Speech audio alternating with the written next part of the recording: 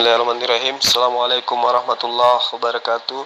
Sahabat-sahabat sekalian, dimanapun sahabatku berada, mudah-mudahan tetap dalam lindungan Allah Subhanahu wa Ta'ala dan senantiasa memberi ruang dalam hidupnya untuk senantiasa berselawat dan mengirimkan salam kepada Rasulullah Muhammad Sallallahu Alaihi Wasallam. Sahabat-sahabat sekalian, di konten YouTube yang ada itu saya mendapatkan tantangan di kolom komentar, di mana tantangan itu berasal dari seorang yang bernama Kelvin.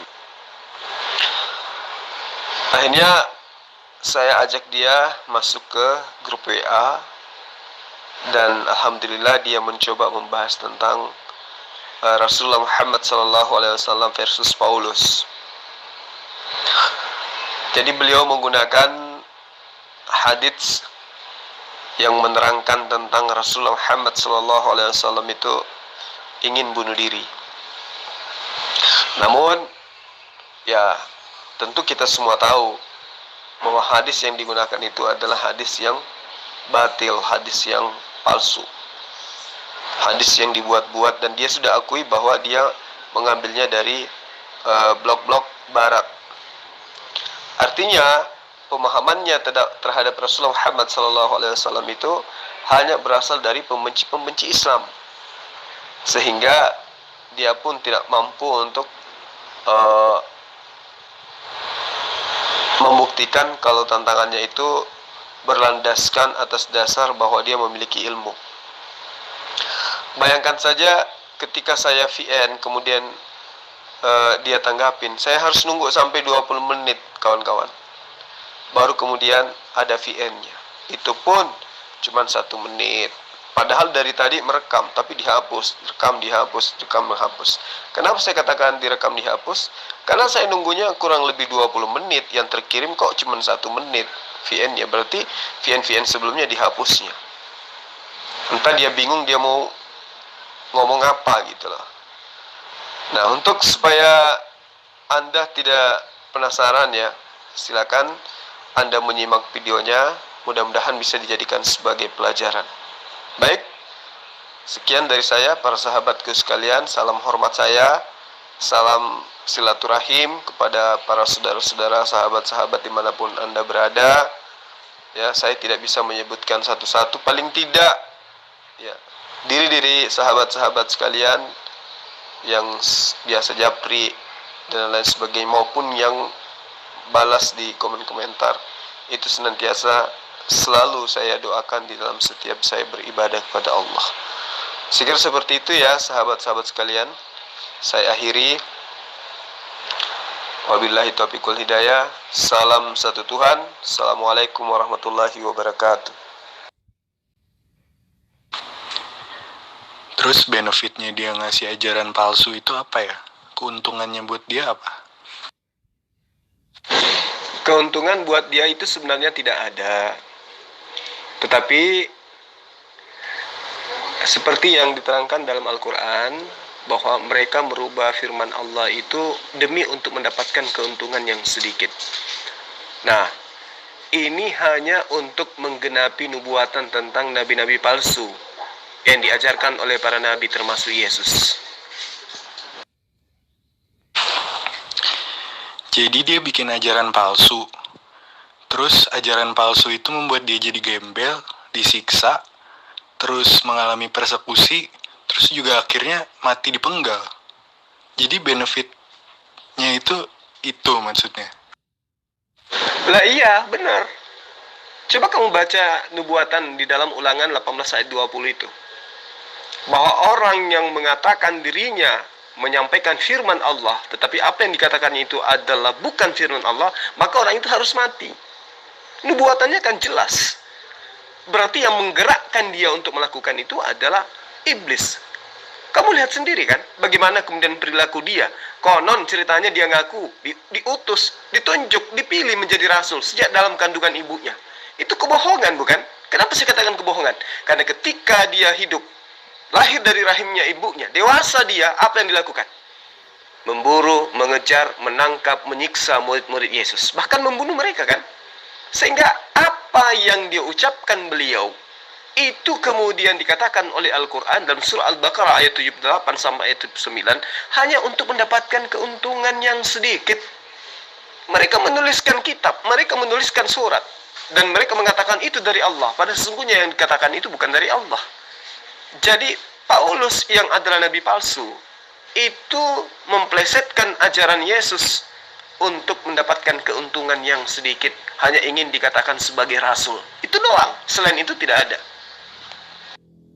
Iya, menyesatkan itu bukan keuntungan, Bu Dita. Menyesatkan itu hal yang digunakan untuk mencapai sebuah tujuan. Nah, pertanyaan saya, tujuannya Paulus ini apa? Menipu ini tujuannya dapat apa? Uang kah? Wanita kah? Atau apa? Saya bingung gitu. Tujuannya hanya untuk tenar, sehingga miliaran manusia menganggapnya rasul. Padahal dia adalah bapak dari iblis yang dinubuatkan oleh Yesus dalam Yohanes 8 ayat 44 itu. Iya kan? Jadi tidak ada keuntungan sebagaimana yang diterangkan dalam Al-Quran. Dan di antara mereka ada yang tidak mengetahui kitab Torah, ya, kecuali dongengan bohongan belaka, dan mereka hanya menduga-duga. Maka kecelakaan yang besarlah bagi orang-orang yang menulis Alkitab dengan tangan mereka sendiri, lalu dikatakan ini dari Allah dengan maksud untuk memperoleh keuntungan yang sedikit dengan perbuatan itu. Itu sudah diterangkan oleh Al-Quran 1400 tahun yang silam. Apa keuntungan Paulus? Hanya untuk memperoleh julukan rasul dari pengikut-pengikutnya. Paham sampai sini? Di samping tujuan penyesatan, dia juga punya tujuan politis, itu saja. Sekarang kamu lanjut dengan Om Zulkifli M. Abbas. Beliau itu leader kami, beliau itu senior master kami. Kamu katanya nantang-nantang beliau. Silahkan, puaskan dulu tantanganmu ke beliau. Saya nyimak atau saya debat dengan yang lain. Monggo. Nabi yang dinubuatkan di Ulangan 18 ayat 20 itu nabi apa? Nabi palsu yang berkata demi nama Allah lain. Nah, saya ingin nanya nih, antara Paulus dengan yang satunya yang mengaku sebagai utusan itu, siapa dari antara mereka berdua yang pernah ditipu oleh iblis untuk membacakan ayat untuk menyembah 3 ilah palsu, 3 putri ilah palsu, yaitu Al-Izza, Al-Uzat, dan Al-Manat sebagai intercesor kepada Allah? Apa jaminannya? Utusan tersebut, sisa-sisa wahyunya juga tidak ditipu oleh iblis. Jaminannya itu apa? Kok bisa? Utusan yang katanya nabi penutup, nabi paling hebat, manusia paling sempurna, tetapi bisa ditipu oleh iblis membacakan Al-Quran yang membuat yang mendengar itu menyembah Allah lain. Itu gimana coba? Itu karanganmu yang kamu dapatkan dari catatan Robert Mori. Itu tidak diimani oleh umat Islam. Rasulullah Muhammad SAW itu tidak pernah tertipu oleh iblis. Justru iblis takut sama beliau. Justru yang saya harus tekankan samamu, yang mendatangi Paulus ketika dia berjalan ke Damsyik dalam Kisah Para Rasul 9 itu siapa? Karena kita tidak bisa membedakan antara roh yang kamu sembah dengan roh setan, dengan roh iblis, roh jahat. Kalau kamu mampu membedakan antara roh yang kamu sembah dengan roh setan atau roh gentayangan, tunjukkan apa perbedaannya. Sampai hari ini tidak ada satupun Kristen yang mampu membedakan itu. Kemudian ketika engkau mengajarkan, menyampaikan catatan-catatan dari blogger-blogger Kristen yang menceritakan tentang apa yang kamu tuduhkan barusan, apa pijakannya kamu mengatakan itu? Sementara kami umat Islam tidak pernah menemukan dalil yang seperti yang kamu katakan. Ya, maka karena itulah kemudian saya katakan samamu, ketika engkau ingin membahas tentang Islam, maka bekali dirimu dengan ilmu Al-Quran. Nah, sekarang kamu memiliki disiplin ilmu apa sehingga Anda mencoba untuk menyatakan hal tersebut? Kamu punya ilmu apa? Kalau saya berbicara mengenai kenabian Paulus, itu fakta. beliau adalah nabi palsu dan tidak ada satupun kekuatan di muka bumi ini yang bisa membantah itu. Saya bisa buktikan Paulus itu adalah nabi palsu. Dan saya bisa membuktikan bahwa Rasulullah Muhammad SAW itu adalah nabi yang sama seperti Musa yang dinubuatkan oleh Nabi Musa alaihissalam. Sekarang pertanyaan saya kepadamu, kamu punya disiplin ilmu apa sehingga kamu mencoba untuk mengajarkan hasil daripada catatan-catatan Robert Mori tentang Rasulullah Muhammad SAW? Silakan. Oke lah, saya mengulangi. Saya walaupun berat hati sebenarnya karena capek mengulang-ulang dan saya sudah clearkan, tetapi Anda meminta saya untuk mengulanginya, baiklah. Saya ulangi, saya pelan-pelan. Semoga itu sah. Ya, walaupun itu belum tertulis dalam Alkitab.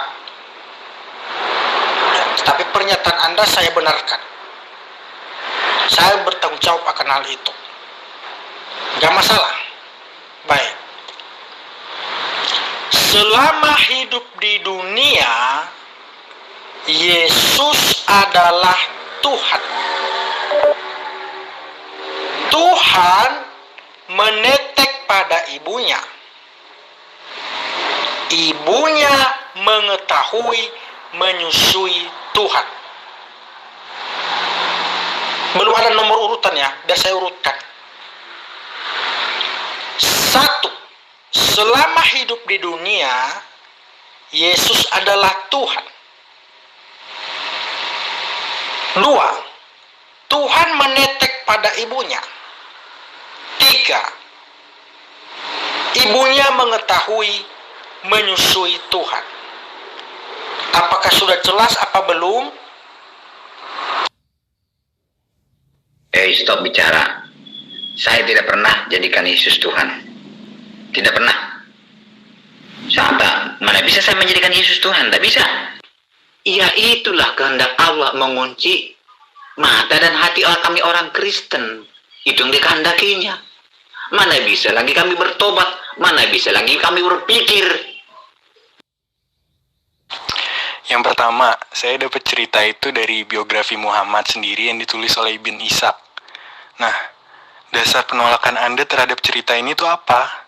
Saya kadang suka bingung, apakah dasar penolakannya itu cerita-cerita yang baik dan yang tidak memalukan saja yang disaring lalu dianggap otentik. Itu yang pertama. Yang kedua, Anda menanyakan kepada saya bagaimana cara membedakan mana yang berasal dari Allah, dari roh Allah, dan mana yang berasal dari iblis atau roh jahat. Ya kita lihat saja hasil dari wahyu daripada roh tersebut apa. Kita lihat Paulus. Iya, dia pembunuh, dia penyiksa, dia mempersekusi orang Kristen. Tapi setelah mendapat wahyu dari Kristus Yesus, dia menjadi apa? Berubah dia menjadi seseorang yang rela jadi gembel, dipersekusi, dicambuk, disiksa, dan pada akhirnya dibunuh, dipenggal demi iman yang dia pertahankan tersebut. Itu Paulus. Kita lihat utusan Anda, orang yang Anda anggap utusan. Setelah dia mendapat wahyu dari yang katanya Jibril itu. Ini bukan karangan saya ya, sekali lagi yang ini saya ambil dari Sahih Bukhari. Saya membaca di sini bahwa setelah mendapat wahyu dari Jibril itu, Muhammad, ini saya bukan menista ya, saya hanya membaca. Saya tidak ada ilmu, memang saya ilmu keislaman saya masih kurang. Tapi ini kan saya hanya membaca bahwa di Sahih Bukhari ini ditulis Muhammad katanya setelah mendapat wahyu dia menjadi suicidal, dia ingin bunuh diri di sini, ingin lompat dari gunung. Apakah ini ciri-ciri orang yang mendapat wahyu dari Tuhan Yang Maha Esa begitu? Kok mendapat wahyu jadi pengen bunuh diri? Itu aja.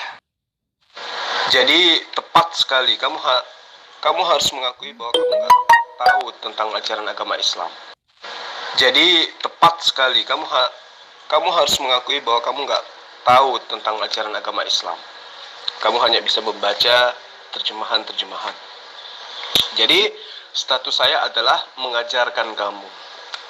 Jadi gini, ketika kamu mengatakan tentang biografi Rasulullah Muhammad Sallallahu Alaihi Wasallam yang kamu katakan dari Bani Ishaq, ya kamu harus tahu mulai saat sekarang bahwa ternyata umat Islam itu pijakannya hanya terhadap hadis sahihah dan juga Al-Quranul Karim. Di luar daripada itu, ya kami tidak mengimani.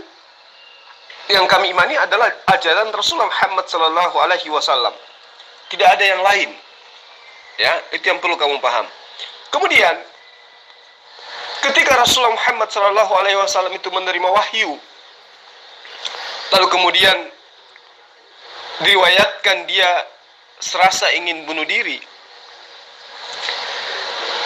itu justru ketika dalil itu didudukkan sebagai sebuah pijakan, maka itu justru membuktikan bahwa Rasulullah Muhammad SAW itu memang tidak ada niat untuk menjadi nabi dan tidak ada niat untuk menjadi rasul.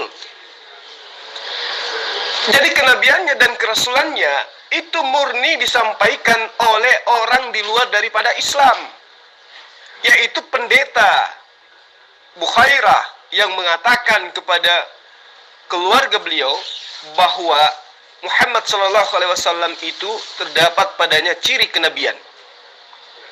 Jadi yang menyatakan beliau itu adalah seorang nabi, yang memperlihatkan bahwa ciri-ciri kenabiannya itu ada pada dirinya, itu adalah orang yang di luar daripada Islam, yaitu pendeta. Berbeda dengan Musa.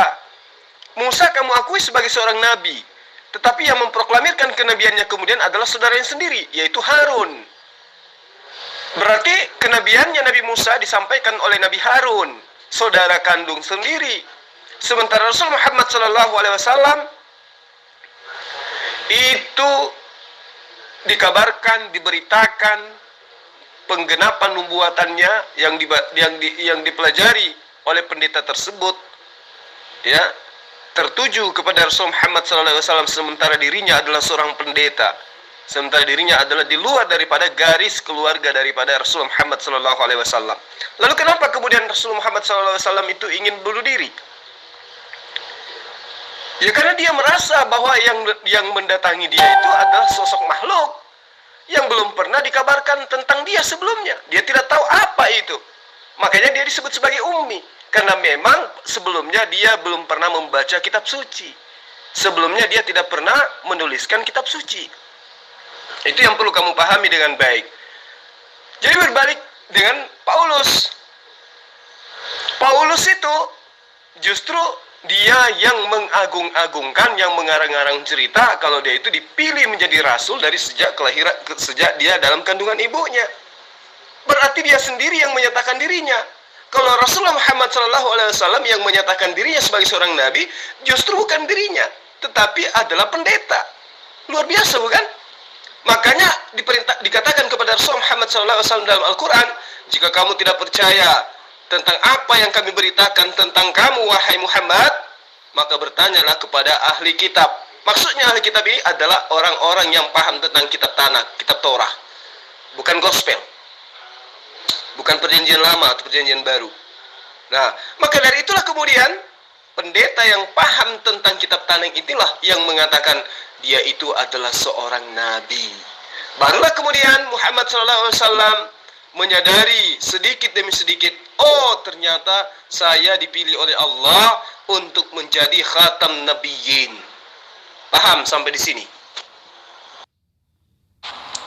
Tidak ada hubungannya betapa hebatnya kenabian seseorang karena kenabian seseorang tersebut diproklamirkan oleh seorang manusia. Benar-benar nggak ada hubungannya dengan topik kita sekarang ini. Itu yang pertama. Yang kedua, kita lagi membicarakan tentang apa yang membedakan seseorang itu diutus oleh roh Allah dan roh iblis. Tadi saya sudah uraikan kenapa Paulus itu diutus oleh roh Allah, terlihat dari perbuatan-perbuatannya, perubahan yang dialami di dalam hidupnya. Nah, sekarang saya ingin sorot utusan orang yang Anda anggap utusan ini. Kenapa? Seseorang yang diwahyukan oleh Allah gitu, hasilnya tuh membuat suicidal gitu, bunuh diri, ingin bunuh diri. Bahkan saya baca lagi nih, pertemuannya yang pertama kali dengan Jibril itu benar-benar, Anda kalau baca di Taurat, di Injil, benar-benar nggak ada pertemuan dengan malaikat Tuhan yang seperti ini. Ini seperti pertemuan dengan suatu entitas yang, saya tidak mengerti. Ini saya baca bahwa Jibril ini, saya bacakan di bahasa Inggris ya, saya soalnya mengambil sumbernya dari bahasa Inggris. Jibril grabbed hold of Muhammad and squeezed him so vehemently that he could not bear it. Entitas itu mengambil Muhammad dan menekannya dengan sangat keras sekali sampai Muhammad itu tidak bisa menahannya. Si Jibril ini sambil bilang, recite, baca. Aduh, apakah ini ciri-ciri dari seseorang yang mendapat wahyu dari suatu entitas yang dari Tuhan begitu? Jadi kamu lupa ketika kamu katakan bahwa coba dong lihat bagaimana kemudian kondisi dan pribadi Paulus setelah menerima pemberitaan bahwa dia menerima firman. Ya lihat aja sendiri sesuai dengan pernyataan kamu tadi. Apa yang dialami? Tiba-tiba dia jatuh ke tanah, iya kan? Kemudian dia pingsan, kemudian dia buta. Kisah para rasul itu yang menyatakan seperti itu loh. Paulus mendengarkan suara, tiba-tiba dia buta, pingsan lagi. Waduh, tersungkur ke tanah. Parah kan? Lalu kemudian pembahasan yang sedang kamu utarakan itu, lagi-lagi kamu membaca link-link dari Barat. Orang nyata-nyata yang benci terhadap Islam. Jadi, saya hanya ingin mengabarkan kepada kamu bahwa apa yang kamu ceritakan itu adalah kisah yang tidak benar. Itu adalah kisah yang diceritakan oleh orang-orang yang bila kita kaji secara ulumul hadits, maka sangat nyata pemberitaan itu berasal dari orang-orang yang tidak memiliki kredibel sebagai pemberita atau pembawa kabar.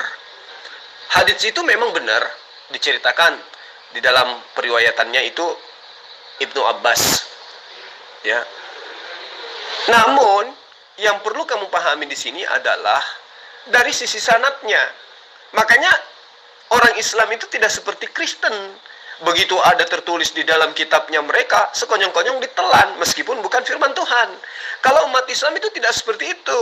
Ketika mendengarkan sebuah pemberitaan, maka umat Islam itu wajib hukumnya mencari tahu sisi sanadnya, mencari tahu matannya, kemudian mengkaji periwayatannya dan seterusnya. Itu di dalam ajaran Islam itu seperti itu. Jadi saya ceritakan samamu, ya, kisah yang sebenarnya itu sebagaimana yang diceritakan oleh Imam Bukhari rahimahullah dan juga Imam Muslim, itu meriwayatkan dari Aisyah radhiyallahu anha. Beliau berkata, Aisyah berkata, wahyu Rasulullah yang pertama kali adalah mimpi yang baik saat dia tidur. Lalu kemudian tidaklah beliau bermimpi melihat sesuatu kecuali menjadi kenyataan saat pagi harinya. Kemudian beliau dijadikan senang menyendiri. Beliau pun menyendiri di Gua Hira beberapa waktu untuk beribadah dan pulang untuk mengambil bekal. Sehingga datanglah malaikat saat beliau di Gua Hira. Seraya berkata, "Iqra, bacalah." Rasulullah menjawab, "Saya tidak dapat membaca." Malaikat pun mendekap sampai Rasulullah Muhammad SAW itu merasa capek. Baru kemudian dilepas. Jadi dia tidak sampai pingsan, tidak sampai buta. Seperti Paulus. Dia pun berkata, "Bacalah." "Saya tidak dapat membaca." Jawab Rasulullah lagi. Kemudian malaikat itu pun mendekap kedua kalinya sampai aku merasa capek, kata Rasulullah. Barulah kemudian Rasulullah Muhammad SAW dilepas. Dia pun kemudian mengatakan lagi, "Bacalah." Saya tidak dapat membaca. Malaikat itu pun mendekapku dan sampai 3 kali. "Bacalah dengan menyebut nama Tuhanmu yang menciptakan. Dialah yang menciptakan manusia dari segumpal darah," dan seterusnya dalam surah Al-Alaq ayat 1 sampai ayat 5. Jadi Rasulullah Muhammad SAW diriwayatkan pulang kepada istrinya dengan gemetaran karena ketakutan, karena baru kali itu dia berhadapan dengan makhluk yang beda dimensi dengan dirinya. Wajar. Beliau masuk menemui Khadijah, ya, lalu kemudian beliau berkata, "Selimutilah aku, selimutilah aku." Khadijah menyelimuti beliau sehingga hilang rasa takutnya. Lalu beliau mengabarkan kepada Khadijah peristiwa yang terjadi. Lalu beliau berkata, saya takut pada diriku sendiri. Khadijah melimpali, demi Allah, Allah tidak akan menghinakanmu. Engkau menyambung tali silaturahim, menanggung beban orang lain, membantu orang miskin, memuliakan tamu, menegakkan kebenaran dan lain sebagainya. Jadi bagaimana mungkin kemudian Allah akan menghinakan kamu? Itu kata Khadijah. Lalu kemudian Khadijah pun membawa beliau menemui Waraqah bin Naufal. Ya, beliau ini adalah pendeta. Beliau ini adalah imam yang tahu kitab Torah, yang tahu kitab-kitab sebelum Al-Quran. Ya, jadi pada zaman itu, pada zaman jahiliyah, beliau Waraqah ini adalah seorang Nasarah, bukan Kristen tapi Nasarah, serta biasa membaca kitab berbahasa Ibrani dan juga pernah menulis Injil dalam bahasa Ibrani. Nah, saat itu beliau sudah sangat tua dan sangat memperlihatkan sisi ketuaannya, maksud saya. Jadi Khadijah berkata kepada beliau, wahai saudara sepupuku, dengarkanlah apa yang disampaikan oleh saudaramu. Waraqah pun bertanya, wahai anak saudaraku, apa yang engkau lihat? Rasulullah pun menyampaikan apa yang beliau alami.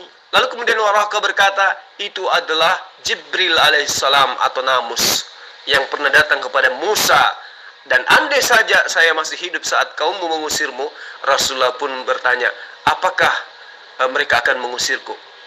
Lalu pendeta ini menjawab, tidak ada seorang pun yang membawa apa yang engkau bawa, melainkan akan dimusuhi.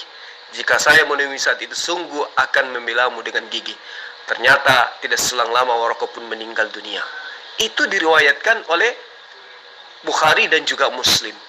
Jadi ini sangat jelas kisah yang kemudian diceritakan oleh orang Barat itu adalah kisah yang mengada-ngada.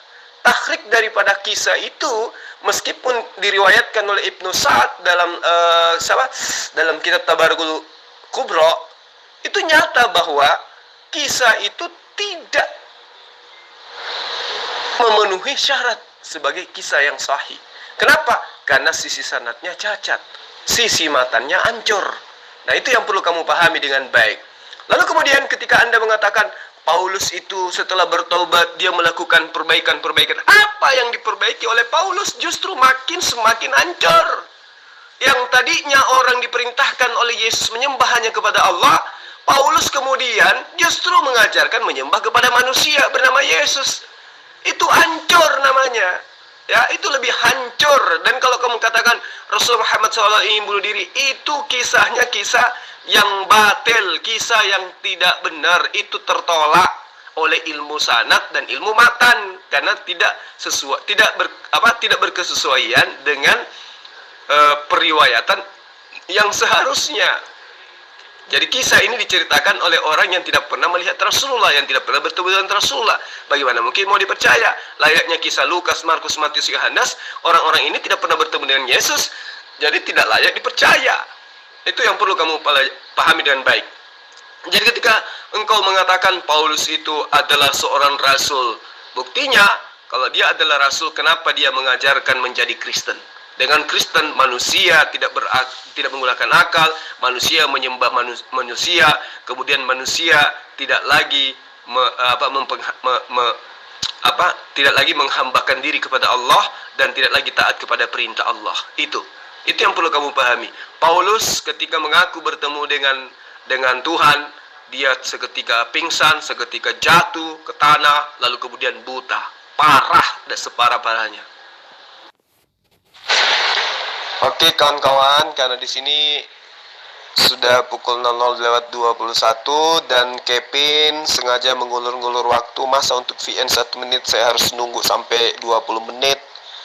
Ya itu sengaja supaya saya istirahat, ya gitu. Dan karena memang dia nggak ada ilmu sama sekali. Di YouTube dia nantang saya, tapi ternyata kelasnya cuma segini. Dia mengatakan Rasulullah Muhammad SAW seperti ini, tapi ternyata pijakannya adalah link-link Barat, dimana sudah kita ketahui bersama Barat itu paling anti terhadap Islam. Jadi segala upaya akan dilakukan untuk menghujat Rasulullah Muhammad SAW. Alhamdulillah kita mampu untuk membantah apa yang mereka hujatkan. karena yang mereka gunakan itu adalah dalil-dalil palsu untuk menghujat Rasulullah Muhammad SAW. Sementara dia menutup mata bagaimana kemudian Tuhannya yang bernama Yesus, ya, ketakutan sampai keringatnya seperti bintik-bintik darah. Seumur-umur manusia aja, kalau ketakutan sepuncak-puncaknya ketakutan, tidak pernah keringatnya seperti bintik-bintik darah. Nah, ini sosok Tuhan didatangi malaikat, keringatan seperti bintik-bintik darah. Nah, ini luar biasa. Kalau Rasulullah Muhammad SAW takut terhadap malaikat yang datang padanya, wajar, dia manusia biasa. Oh, ini Tuhan, keringatnya seperti bintik-bintik darah, sampai pingin rasanya mati katanya. Ini Tuhan KW ini. Kemudian Paulus lagi, nabinya. Ketika dia mendengarkan suara dari langit, tiba-tiba dia buta, tiba-tiba dia jatuh rebah ke tanah. Kemudian pingsan. Kan hebat kan? Jadi menghujat Rasulullah Muhammad SAW, kemudian dia tidak menyadari bahwa agamanya juga itu jauh lebih parah daripada yang dihujatkan kepada Rasulullah Muhammad SAW. Oke, para sahabat-sahabat, ya, saudara-saudara muslim yang ada di grup ini, karena ini juga sudah larut malam, saya juga tidak mungkin tetap siaga menunggu sampai 20 menit baru ada VN-nya si Kevin. Itu pun VN-nya tidak ada isinya. Jadi saya mohon undur diri, besok kita lanjut lagi. Assalamualaikum warahmatullahi wabarakatuh untuk sahabat muslim, salam satu Tuhan dan salam beda Tuhan dengan kawan-kawan Kristen. Terima kasih.